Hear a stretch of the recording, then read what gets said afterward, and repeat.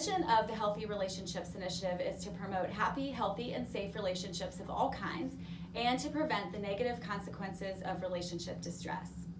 Our vision is for everyone in the community in Guilford County and beyond to experience happy, healthy, and safe relationships of all kinds.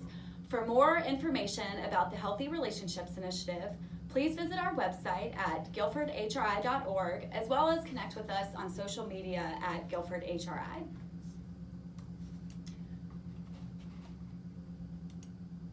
Just a few logistical details before we get started. First of all, you can remain anonymous here by selecting a username of your choosing when you signed in. Hopefully you've already done that by the time you've gotten in here. We will be video recording our session today, so keep that in mind, but we will not be disclosing if you share any of your private messages or questions to our moderator, who's Erica Curtis. And we welcome your feedback, and at the end of the survey, we'll be asking you to at the end of this program, we'll be asking you to complete a feedback survey. And right now, we're going to go ahead and begin the recording.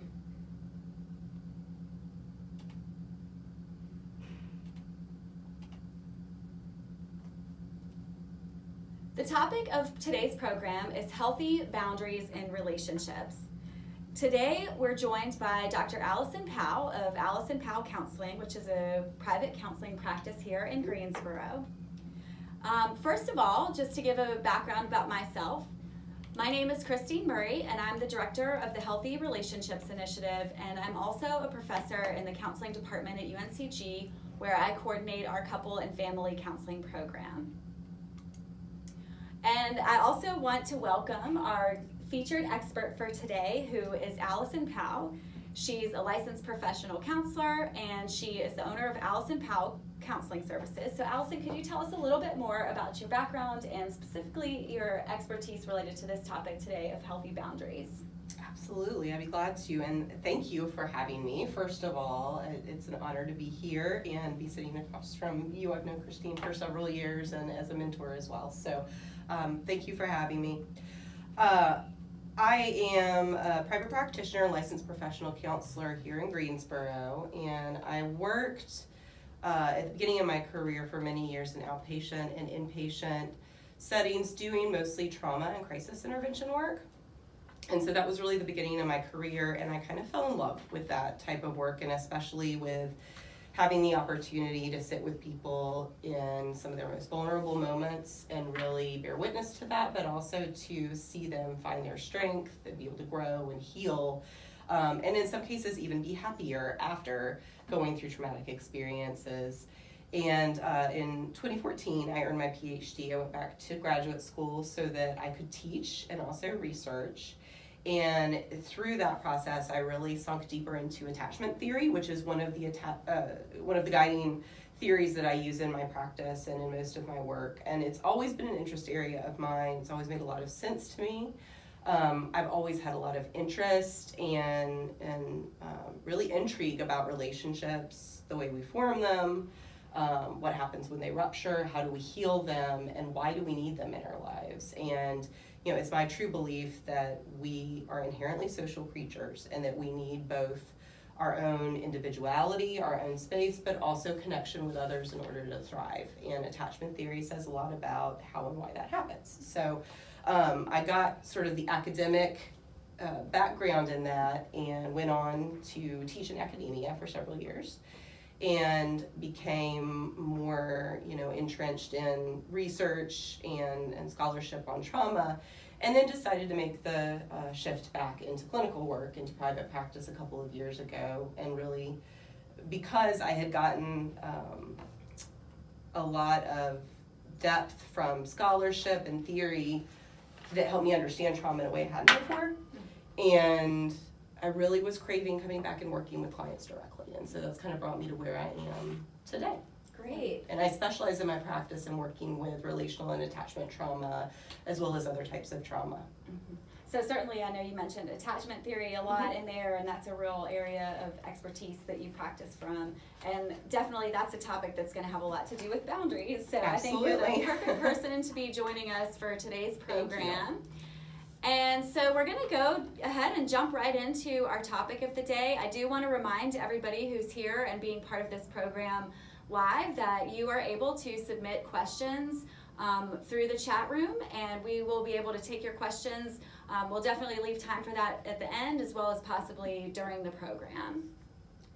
So let's just jump right into our topic of healthy boundaries. And so this topic of boundaries is such an important one for almost any type of relationship.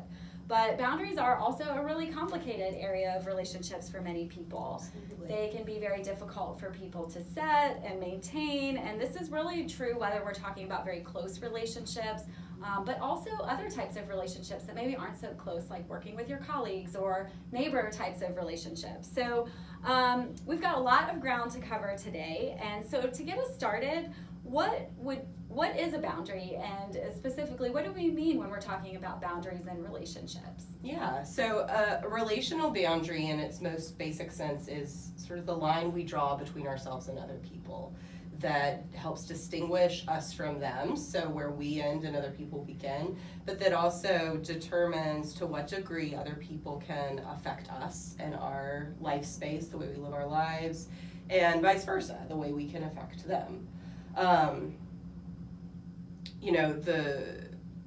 These lines are invisible in the sense that we can't really see or touch them, but we can sense them in ways that are maybe a little bit more intuitive and also less tangible, which makes that kind of hard for people sometimes to sense where their boundaries are. And we sense that in the way, say, that we feel when we're in a certain relationship, or the thoughts that we have, beliefs we have about ourselves or about other people through messages we get in our relationships. And so in one sense, you may have some relationships that feel just really good and affirming, and when you're around those people, you feel like they see you, they honor who you are, they want to see you grow and be a good person. And there are other relationships that may feel threatening or dangerous in some ways, or where it feels like maybe somebody is not giving you the space to be who you are or is shaming you. So those are sort of extremes of the spectrum, and I know we'll talk more about that later. In terms of the importance of boundaries, I think about 4 main functions that they serve. The first is to distinguish me from other people, and so how am I unique? How am I my own person? Where does my space end? The second is to protect us from relationships that might be harmful or threatening to us in some way. The third is to connect us to people, which we often think about boundaries as being a division, but they're also there to allow us to connect in meaningful and growth-promoting ways. And then the fourth is to allow us to adapt. So some situations are safer than others in life, and our boundaries need to be adaptable so that when we're with one person, they make look a certain way and differently in different situations, or even as we age and go through life phases, that may change.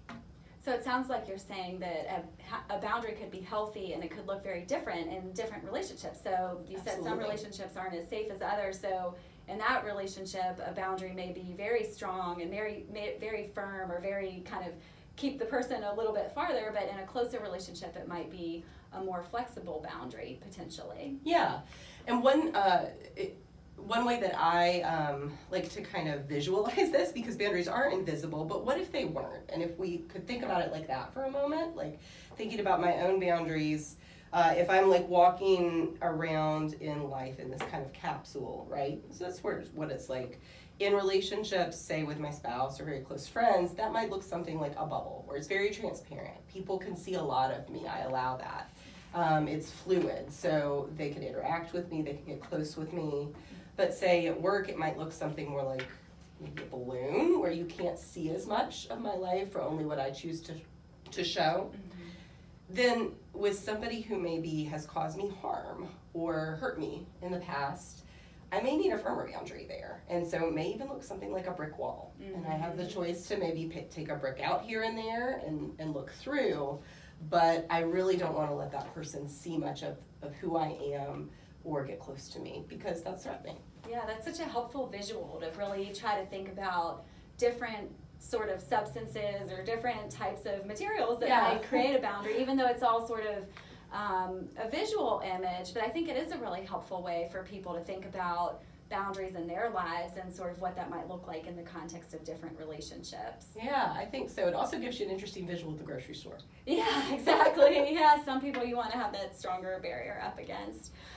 Your comments really made me think about what comes first, a healthy boundary or a healthy relationship. And so I often think about it in terms of we set healthy boundaries because we want to build healthy relationships, but maybe healthy relationships sort of naturally have healthy boundaries. What are your thoughts on that? Well, I think I think I would agree with the statement. Healthy relationships sort of naturally have healthy boundaries, that maybe the two go hand in hand, and perhaps sort of a chicken egg situation. But I also think, of course, from the perspective of attachment theory, about those early relationships in which we learn what to expect and we learn what boundaries actually are. And in healthy, secure relationships, we learn that we can be independent, we can explore the world, but that also there are trusted people that will always be there when we need comfort, or need something, a need met from them.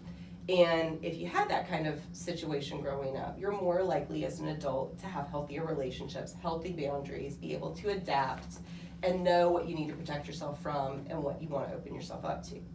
But there are situations where what we learn as children may not be quite as healthy. There may be, extremes where we either develop too much independence and beliefs that we cannot rely on other people. As adults, that might look like keeping a lot of people at a distance, craving closer relationships, not being able to have it. The other extreme would be growing up with a caretaker who maybe had trouble seeing us as separate from them, really relied on us to feel good about themselves, to meet their needs, not placing blame on the caretakers because, they probably have their own story and, things that contributed to that, life situations, but that can result in somebody as an adult who really struggles separating themselves from others and maybe codependent relationships. And so when you talk about kind of which came first, the healthy relationship or the healthy boundary, I would maybe argue the healthy relationship stemming back to the ways we learned as children to interact with other people. And if that wasn't a great model, then our compass for what a healthy boundary is as adults might be a little off. And that can really be a struggle for people. But the great news is that people can learn how to set healthy boundaries today, which is part of what we'll talk about a little bit later. Yes. That's the right thing. Yes. But that's a great point that you raised, that people who grew up in an environment where maybe they didn't see healthy boundaries or they experienced a lot of boundary violations, that it might be harder for them, or they might have a more difficult time building healthy boundaries in their relationships as they become an adult. Mm-hmm. So, and I think that sort of leads to the next point to discuss, which is that really a lot of people don't even think a lot about boundaries in relationships until the boundaries have been crossed. And so a lot of times then they're not even thinking, well, boy, my boundary was just crossed right there, but they might just be finding themselves feeling upset, frustrated, or exhausted, but still not really realize that it's a boundary issue in their relationship. So let's talk for a moment about boundary crossings in relationships. What are some examples of those, and what are some of the different ways that they might play out in relationships? Okay. So a boundary crossing is really any time that somebody crosses the line into our emotional, physical, mental space in a way that violates our sense of safety, security, and trust in that relationship. And it's sort of like bursting our proverbial bubble, if we continue the metaphor from before. So sometimes that's really clear, like somebody who won't take no for an answer, or sometimes it's a little harder to detect, as you pointed out, like somebody who may be emotionally manipulative in a relationship, and it's kind of more insidious in that way. And I think it's also harder, and this is part of why people don't realize until after it's been crossed, because we can't see and touch our boundaries. We sense them through our feelings, through our internal world, through the thoughts that we're having about ourselves and other people. And if you're not somebody who is very attuned to that or used to thinking about, how do I feel in this relationship? What am I thinking about myself right now? It may be harder for you to see that coming. And you may not realize it until the boundary's been crossed and you feel just bad. And you can tell you've been violated, you can tell something's off, but it's sort of hard to put your finger on it. So you may feel hurt and feel confused or upset, but you may not necessarily realize that it's resulting from the other person doing something that crosses your boundary. Exactly. But I really liked what you said, that it's something that violates the safety, security, and trust in a relationship, and that is a really helpful way also to think about then a positive boundary in a relationship, or a healthy boundary looks like a boundary that helps to build safety, security, and trust both for that person individually and in the relationship. And then anything that sort of violates that becomes maybe some sort of unhealthy boundary. Mm-hmm. Yeah, I would say that. I think, unhealthy boundaries could also be like go too much to the extreme. So unhealthy dynamics can happen when there's been a boundary crossing. Also when our boundaries fail to adapt in appropriate ways, depending on the relationship. So when they're either too firm or rigid, keeping people away, who may actually be, safe, trusting people who could help us live more fulfilling lives, or allowing people in and to get too close who could threaten us. So it's kind of, again, when our compass is off about that, we're way more open to boundary violations, and also boundaries that just aren't in keeping with the nature of the relationship or the safety of the relationship in reality. Mm-hmm. Maybe somebody is responding to how they felt in a relationship many years ago, and this person reminds them of that. Mm-hmm. So, it's not actually about that person or that relationship. It's a trauma response, really. Mm-hmm. Yeah, no, definitely, that's a great point.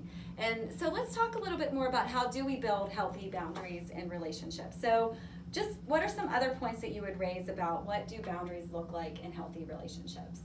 What's the vision for what people want to be building when it comes to healthy boundaries? Absolutely. So I think boundaries in healthy relationships, again, meet those 4 functions. So they define who we are. So we have a clear sense of self. We can talk about the unique characteristics that make me me, and it's okay that I'm different. It's okay that I have different opinions than other people I'm in relationship with. That doesn't mean we can't be in a relationship, So that's kind of a gauge for making sure that definition piece is in place.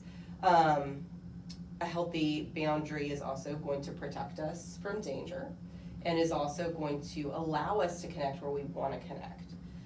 So anytime we're feeling like we are lonely, isolated, or our space or voice is being sort of silenced, shrunken, we're being shamed, we're not being allowed to be who we are, those are indicators that there's not a healthy boundary there, and that maybe we're either protecting or connecting too much for our own needs. And then the 4th quality, they have to be adaptable. And so again, if we have trouble, if we kind of generalize, I got hurt once, and so I'm going to protect myself, but not just in that relationship, in every relationship. That's also an indication of an unhealthy boundary. So a healthy boundary is going to be one that can shift where it needs to, depending on the context. And so the other thing that I'm thinking about is that boundaries in relationships, we can talk about a boundary between people. Right. So, the two of us here, there's a boundary between us, but then also a boundary around relationships as well. That's sort of interesting to think about. So people could have a healthy boundary, maybe let's say within their relationship, but then maybe there are things where there is a lack of clarity of the boundaries around a relationship in the outside world. So sometimes Absolutely. You hear a lot about, obviously, in-laws causing problems in marriages, or I think what's very common in today's world where we're just busy is even thinking about like a boundary around a family or a couple with technology and infusing that. So what thoughts do you have on that, about this idea of boundaries between people and then boundaries around relationships?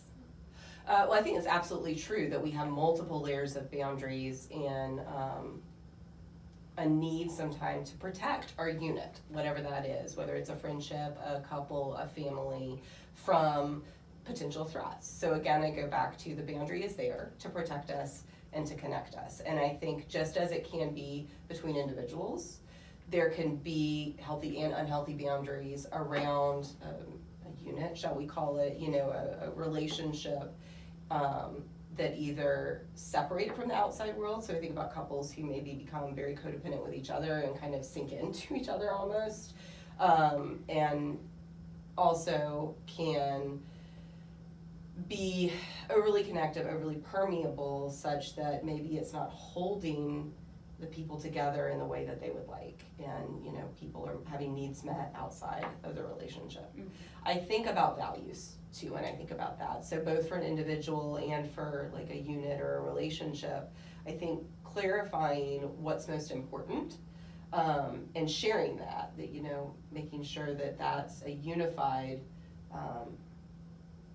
perspective can help with establishing healthier boundaries so that everyone is aligning their relationships in the way that is uplifting and fulfilling for them and also for their relationship unit. Does that make sense? Yeah, absolutely. And you raised the point about values, and I just think one of the things that gets very complicated about boundaries, and that sometimes people do have some reactions to, is that really the values around cultural influences can really impact what it means to be healthy. And so we're using the terminology today, healthy, and I think you can tell me if you don't agree with me on this, but I think probably you agree with me about this, that really by healthy, we're sort of letting each individual define what that looks like for them, right? So Absolutely. There's not necessarily a real objective definition of what a healthy boundary looks like, or even a healthy relationship to some extent, although we know there's some common elements across healthy relationships. But what role does culture play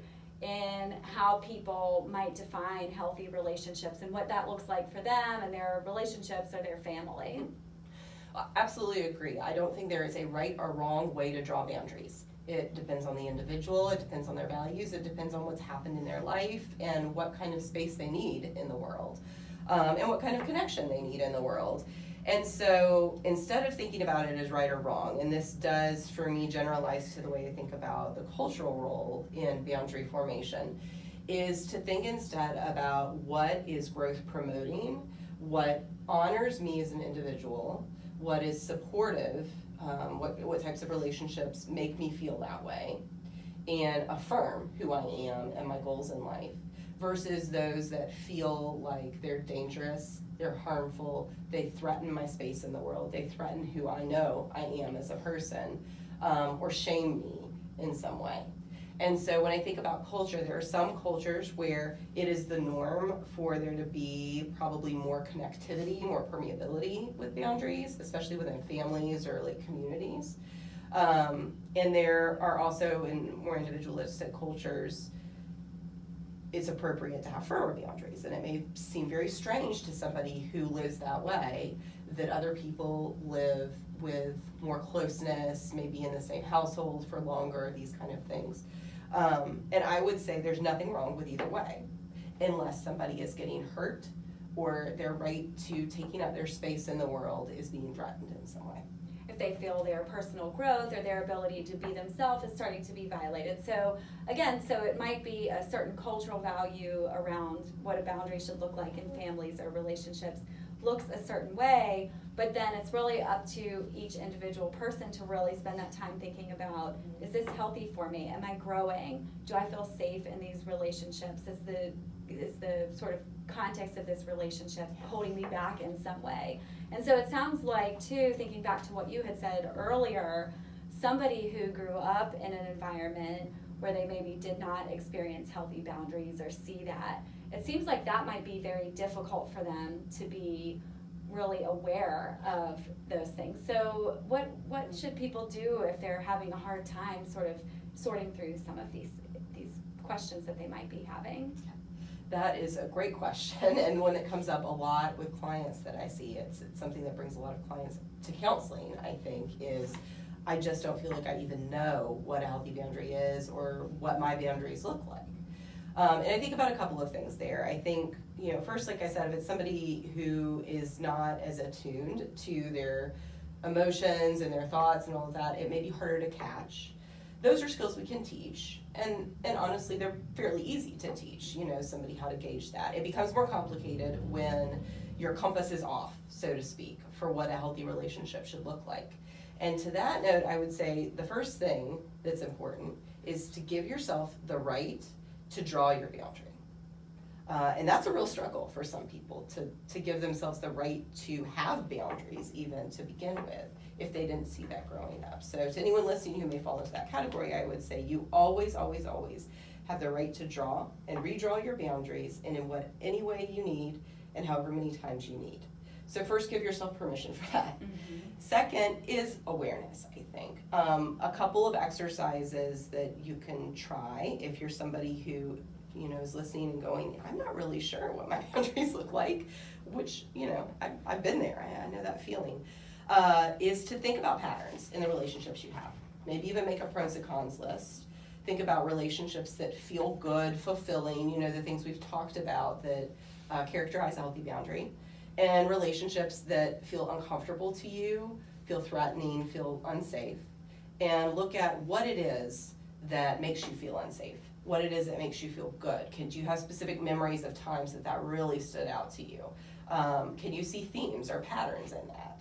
And can you draw those back to anywhere in your own life? So I think we're talking a lot too about how other people can violate our boundaries. We can violate other people's boundaries too, and sometimes that's something that we're really unaware of, and it may have come from a very early and honest place. So really looking at those patterns, I think, helps clarify some of those questions, and that can help you define what for you might be a healthy boundary, and then take steps, which we can talk about too. That seems it seems to be very empowering for people to understand that they have the right to set boundaries and that they can change over time, and that's something that is part of the process of building healthy relationships and sort of protecting yourself in the context of a relationship. Absolutely, and especially if you grew up with not a great model for healthy boundaries, it can be so empowering to say, I can change this. Mm-hmm. So we've talked several times already today about how people may not realize that boundaries until they're sort of crossed, so they may not think much about boundaries until then, and then they realize, okay, maybe I need to change things to move toward a more healthy place in that regard in my relationships. But are there things that people can do to be more proactive in building healthy boundaries within the context of their relationship, so they don't necessarily have to wait until a boundary has been crossed or violated before they do something about it? Yeah, I think one question that comes up for me is the nature of the relationship. And obviously that's going to vary. We all have tons of relationships. It's very complex, but you do have to think about, is this a transactional relationship? Or is this meant to be a close relationship? Is this somebody who's really integral to my sense of self? How you might handle that and draw either proactively or defensively, draw that boundary might vary. So I think there's a formula that I keep in mind a lot and share with clients in kind of the first line of defense is just explicitly stating your boundary. And maybe the other person doesn't really, they've crossed it either, or that it even exists. So when my kind of formula for that is first affirming, acknowledging the other person, their desire, their need, stating my own need, and then if it feels like a safe relationship, maybe pointing out a shared goal and asking how we can negotiate that boundary in a way that makes us both feel good. So an example might be, say at work, I have a coworker who's always wanted me to stay late. I have a family, that's a high value for me, so that's a boundary, I'm not gonna stay late. So I might say to them, I know it's really important for you to do good work and for us to be able to work together successfully. That's important to me too. I need to leave work by 5. And so what solution might there be? What could we negotiate here that would work so that I can leave at 5 and then also we can get the work done we need to. And I like the way that you're describing it as more of a dialogue in relationships, because I think sometimes it's like, well, I'm going to set this boundary, and it's sort of like, I'm going to set all these rules with the people in my life, and it really, in a healthy relationship, I think it does look more like that dialogue, and it's almost also an invitation, not just to say, I'm going to tell you about my boundaries and I expect you to uphold them, but to really, if you, especially in a very close relationship, if you really care about someone, saying, I want to understand your boundaries too. What would make you feel safe? What can I do? And understand the things that might make that person lose their sense of safety, security, and trust in that relationship. Absolutely. Remember, they need connection too. Mm-hmm. And there's some reason you're in relation to them, so they probably want that connection with you. And if there's a way to navigate that boundary and reestablish it while maintaining that relationship, that's the ideal. Doesn't always happen that way, but that's the ideal. Right, so it sounds like a lot of talking about it with the people in your life and the people who are important to you.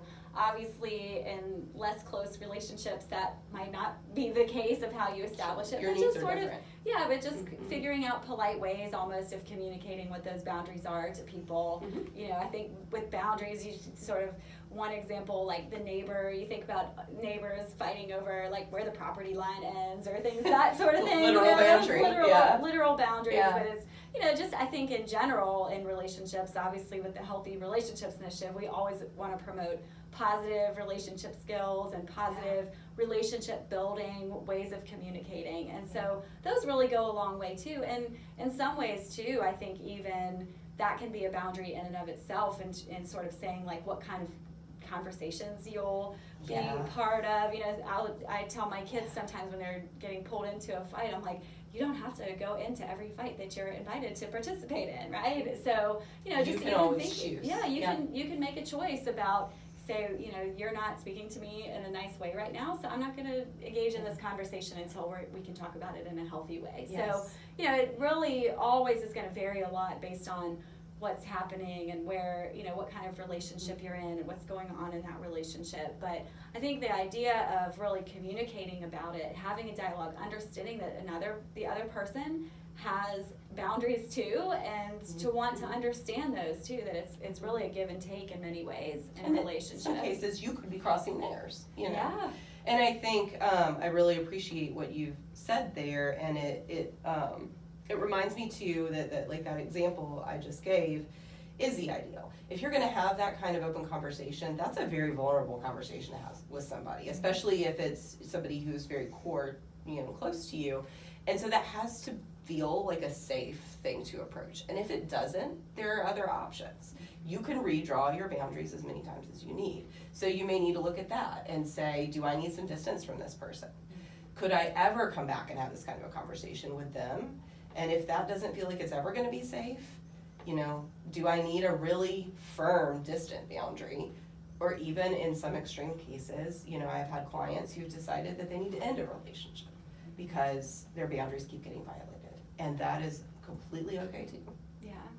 So let's delve a little bit more into that to what people can do when they have some challenges with boundaries in their relationships. And so let's say that you have really been clear about your boundaries when you're in a relationship. So let's say let's use your workplace example, because I think that is people struggle a lot with that boundary of work and family life and work and home life. And so let's say, you know, that you've set that boundary, 5 o'clock, I need to leave, I need to be home with my family, and it continues to get crossed in certain ways. Like maybe there was initial agreement about it, but then 4:55 every day the boss is coming in and saying, oh, I need you to do this, or starting a conversation that seems to go on forever and ever.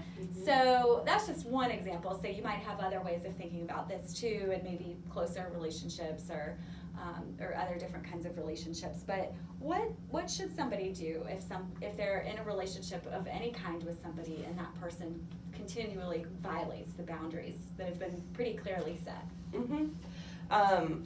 Well, first of all, I would say the most important thing is clarity and consistency with yourself. And this is why I talk about things like values clarification and giving yourself permission to own that you need boundaries. You have the right to boundaries. Because it can be really hard when you say, I need to leave at 5, but somebody who has power over you, or somebody like a parent, a child, a partner says, that's not okay with me. I'm not going to let you do that. And it's so important, I think, in those cases to be consistent and to restate that boundary and restate it over and over and over again, even if it feels repetitive, and that your behaviors match what you are stating. I'm not going to let you violate this boundary of mine. I've told you where it is, and I'm not going to let you in. And if the violation continues, that's where I would be talking with somebody about renegotiating those boundaries. Do you feel like you can agree on the boundary, or is this somebody who can't respect yours? In which case, you may need to, you know, reconsider the transparency and accessibility of your boundary with them. instance? Yeah, so to some extent you try to negotiate it with the other person, and then eventually if they're not really cooperating with you, then it sounds like it's time to go more internal and figure out what your response is. And I guess it sounds like you don't always need to tell another person if you're deciding to change something in the context of the boundaries of the No, relationships, not necessarily. right? You might make that as a change, and maybe it's not even safe to go and communicate to them about something. So for example, in the job example, you know, maybe it's constantly being violated. The person needs their paycheck, but maybe they decide they've tried so hard to work through this, it's not being respected, it's impacting their home life, and so maybe they start to look for another job, and they may not have to tell the boss that they're doing that because that's something that they feel they need to do to protect themselves. So, And it is their right to do that. but it sounds like it's always probably, unless it's clearly an unsafe situation, that it's probably always wise to try to negotiate and try to work it out with the other person. And then if not, then, you know, maybe think about some different ways of handling the situation. Yeah, and again, I go back to what's your priority in the relationship. Is this one you want to maintain? Is it one that in most ways is fulfilling to you and is a healthy relationship in your life? Maybe the person has crossed your boundaries a few times, but you want to maintain it, in which case letting them know where you stand, being transparent, letting them know what to expect from you. You know, two, I think, of our deepest fears as humans are rejection and the unexpected.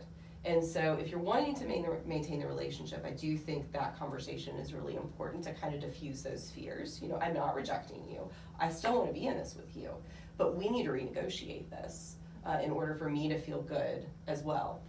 And also for them to know that if your boundary is going to shift, what that is going to look like practically. How often will they see you? How are you going to behave differently? Things like that. That can go a long way. And if it's a dangerous relationship, then that kind of a conversation just isn't as important. You need to protect yourself first. And so in that case, it may not be safe to have those kinds of transparent conversations.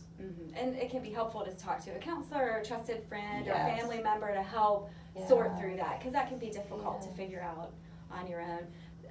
I also think one of the big challenges with boundaries is, especially if people in the past maybe haven't been very good at setting boundaries or maintaining them, and then that's something they want to work on and, you know, really develop in their relationships, and then so they start to set boundaries or do things differently in their relationships, and a lot of times that leads to pushback. People are, the other person might be used to, I think about the family that, you know, you always have to go to one person's house for the holidays. And then over time, you know, well, that maybe we don't want to always have that. Maybe we want to have a different experience. So we try to set a boundary and say, well, maybe every other year we're going to do that. And a lot of times in those cases, people get a lot of pushback. So what can you do in those cases? Well, anytime one person in a relationship starts to do something different, other people are going to react, often kind of push back. And it's going to take some time for them to adjust, even in the healthiest relationships. So I would say the first thing is patience and also clarity. Going back to kind of what we've said already, is this a relationship you want to maintain, say with family? If so, then how can you clearly state to them what you need, what is going to be different? We're not going to be coming this year. It doesn't mean that we don't care about you. It doesn't mean we don't want to spend the holidays with you, but it is exhausting to pick up our whole family, and this feels very salient right now because I have a 1-year-old child, and it is exhausting to pick up the whole family, you know, and go somewhere. And so for that reason, we need to stay here this year, but maybe next year or in 2 years, you can expect us to come. So here's what you can expect from me, and I'm going to reassure you that I'm not rejecting you.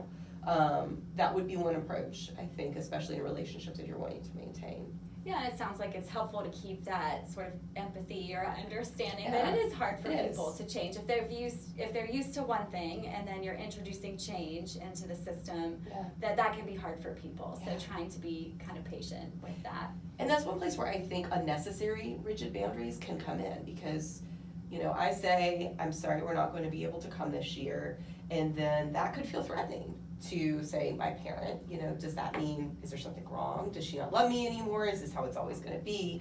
And then they put up a rigid boundary and, you know, maybe guilt me, shame me, maybe not intentionally, but they're hurt. And so that's where those kind of actions come from. Well, then I feel hurt and I put up my boundary, and you can see how these kind of rifts form in families and relationships very quickly if there isn't room for empathy and thinking about the other person's perspective.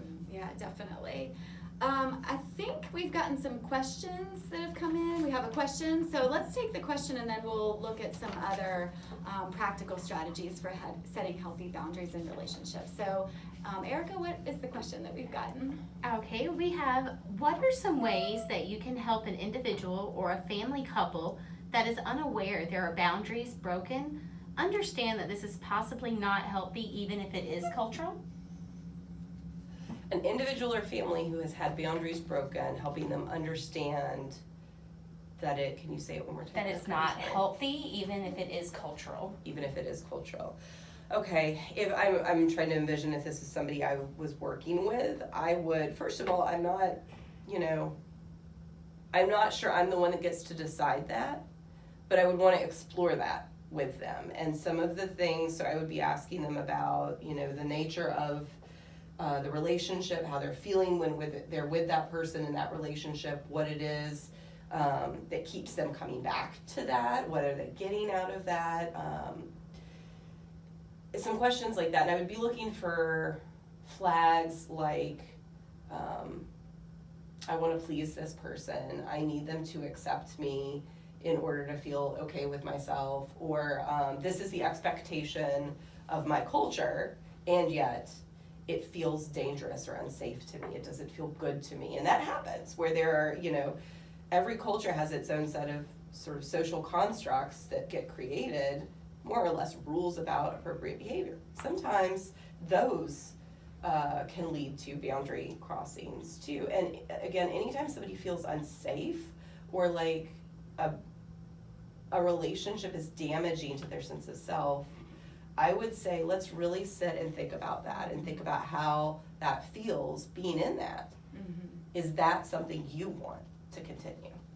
Because ultimately, if it's not that individual or that couple or that family's decision, then it's unlikely to change. Yeah, and I think it probably also depends a lot on what the nature of the boundary violation is. Like almost like what you're saying. I mean, definitely if there are real safety concerns, or you're concerned that there might even be some sort of abuse that's going on. I mean, I think that's another level, and we need to really reach out for professional support, talk with them. And if we're talking about if this is a friend or a family member and you're thinking, well, what can I do if I'm concerned that they're in an unhealthy relationship or that they're dealing with this unhealthy family situation, I think it's a good idea to really approach it, like you were saying, with a lot of questions and really just invite them to think about it. People often don't like to take unsolicited advice, unfortunately, and that can be really a difficult thing if you're sitting by watching somebody who seems to be in sort of experiencing an unhealthy relationship. But to encourage them, just let them know that you're concerned about them, that you want to help them, and just that you want to help them think it through.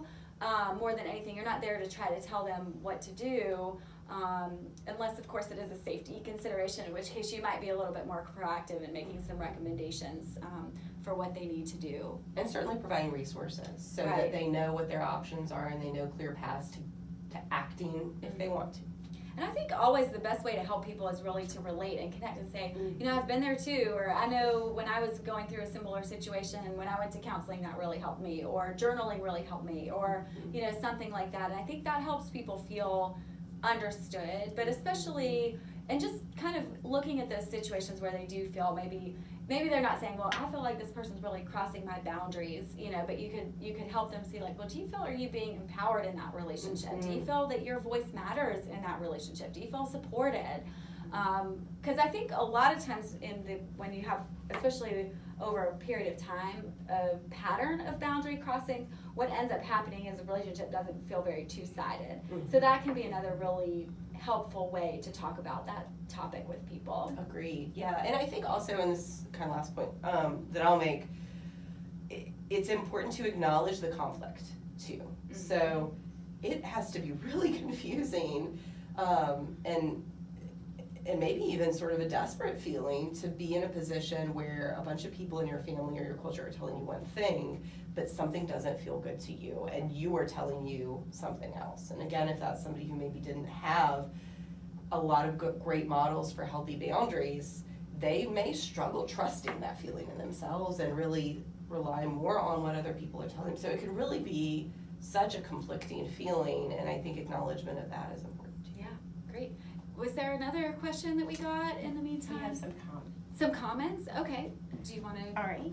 We have a comment that was saying that this reminds of some of the work that they do in the DBT skills training. And they love the discussion about clearly defining boundaries while also maintaining a relationship if this is the primary goal for the client. Mm-hmm.